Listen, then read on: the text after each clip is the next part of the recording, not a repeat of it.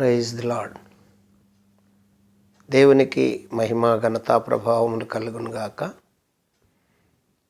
ప్రేమైనటువంటి జీవం కలిగిన దేవుని కుటుంబమా, దైవ సమాజమా, దేవుడు మనల్ని ప్రేమించి మరొక నూతన దినము ఉదయకాల సమయాన్ని ఇచ్చాడు. అందుని బట్టి దేవుని స్తుతిస్తూ, దేవుడు ఈ దినం కొరకు ఇచ్చినటువంటి అమూల్యమైన వాక్యం, ఆయన వాక్యాన్ని చదువుకొని క్లుప్తంగా దైవ ధ్యానం చేద్దామా?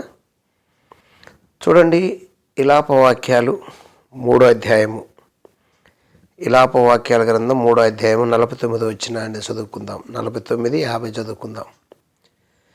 యెహోవా దృష్టించి ఆకాశము నుండి చూచు వరకు నా కన్నీరు ఎడతెగక కారుచుండును.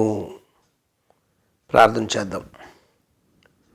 పరిశుద్ధుడు, ప్రేమ కలిగిన తండ్రి, స్తోత్రాలు.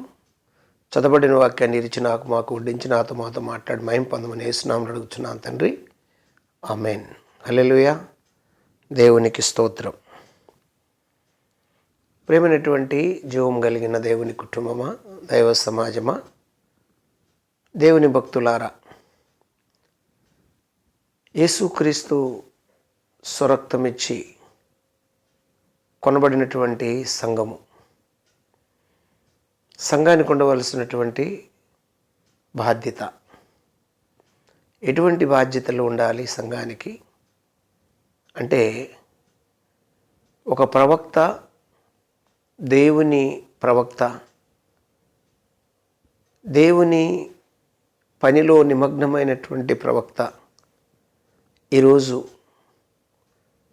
మనకిస్తున్నటువంటి ఆ పాఠం ఏమిటి, ఆ పద్ధతి ఏమిటి అంటే, దేవుని ప్రజల మీదకు వచ్చినటువంటి ప్రతి విధమైన సమస్య, నాశన పర్వతం అనే కొండ వచ్చినప్పుడు దాన్ని తొలగించాలి, దాన్ని తప్పించాలి, దాని నుండి విడిపించాలి అంటే ఏం చేయాలి?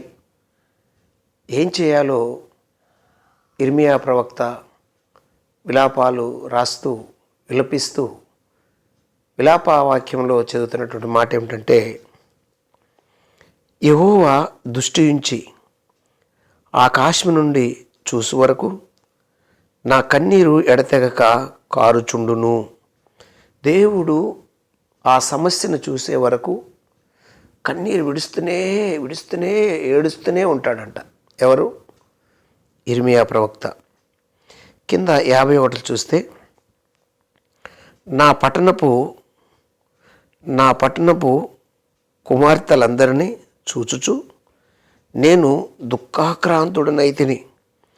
నా పట్టణంలో ఉన్న కుమార్తెలు, నా పట్టణంలో ఉన్న ప్రజలు, నా పట్టణంలో ఉన్నటువంటి ఆ బిడ్డలను, దేవుని బిడ్డలను చూసి నేను ఎలా ఉన్నానో తెలుసా? నేను దుఃఖాక్రాంతుడనైతిని. దుఃఖించి దుఃఖాక్రాంతుడై ఏడుస్తున్నాడంట. ఇకపోతే ఆ పైన మనం జాగ్రత్త చూస్తే 48 వచనం, నా జనులకు కలిగిన నాశనమును నేను చూడగా నా కన్నీరు వేరులై పారుచున్నది. ఎంత గొప్ప విషయం!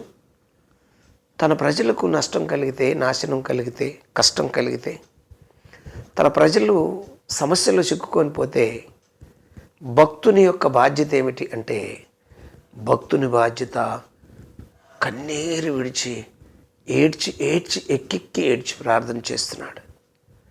దేవుని సన్నిధిలో కాళ్ళు పట్టుకొని, దేవా ఇదిగో నా ప్రజలకు ఇంత నాశనం వచ్చింది ఏంటి, నాశనం తటస్థించింది ఏంటి, మీరు పట్టించుకోండి ప్రభు, మీరు దిగిరండి ప్రభు అని ప్రార్థన చేస్తున్నటువంటి, విల్లపిస్తున్నటువంటి విలాప భక్తుడు, విలాప వాక్యాలు. ఏమండి?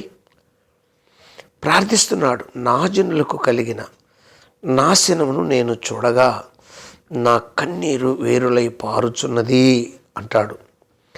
అలాగే 47 వచనం, భయమును గుంటయు పాడును నాశనమును మాకు తటస్థించినవి. నా జనులకు కలిగిన నాశనము నేను చూడగా నా కన్నీరు వేరులై పారుచున్నది అని సాక్ష్యమిస్తున్నాడు. ఇర్మియా భక్తుడు. ఇంకా మనం చూస్తే 46లో మా శత్రువులందరూ మమ్మను చూసి ఎగతాళి చేసెదరు. భయమును గుంటయు పాడును నాశనమును మాకు తటస్థించినవి. మా శత్రువులు మమ్మను చూసి ఎగతాళి చేస్తున్నారు అని చెబుతున్నటువంటి మాట. ఇంకొక మాటను చూస్తే ఇర్మియా గ్రంథము 9వ అధ్యాయము 1వ వచనము చూస్తే, దైవజనాంగమా, ఇర్మియా గ్రంథము 9వ అధ్యాయము 1వ వచనంలో ఒక మాట మనకు కనబడుతుంది. ఆ మాటను కూడా చదువుకుందామా? చూడండి, ఇర్మియా భక్తుడు రాస్తూ అక్కడ ఒక మాట మనకు తెలియచేస్తున్నటువంటి పరిస్థితులు మనకు కనబడుతున్నాయి. 9వ అధ్యాయంలో చూస్తే 1వ వచనంలో ఏమనుంది? నా జనులలో హతులైన వారిని గూర్చి నేను దివారాత్రములు కన్నీరు విడుచున్నట్లు నా తల జలమయముగాను నా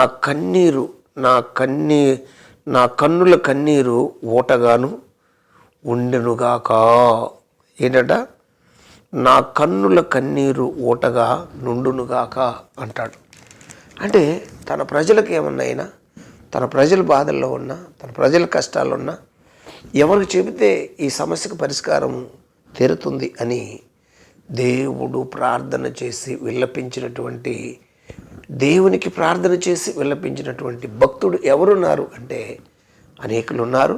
అయితే ఒక ప్రత్యేకంగా ఈరోజు మనం ఎవరి గురించి మాట్లాడుతున్నామంటే ఇర్మియా భక్తుడు విలాపవాక్యాలు రాస్తూ ప్రార్థన చేస్తున్నటువంటి ఆ ప్రార్థన గురించి మనం మాట్లాడుతున్నాము. దైవ జనాంగమా, నా కన్నీరు ఎడతెగక కారుచుండును, నా పట్టణపు కుమార్తెలందరినీ చూచుచు నేను దుఃఖాక్రాంతుడనైతిని.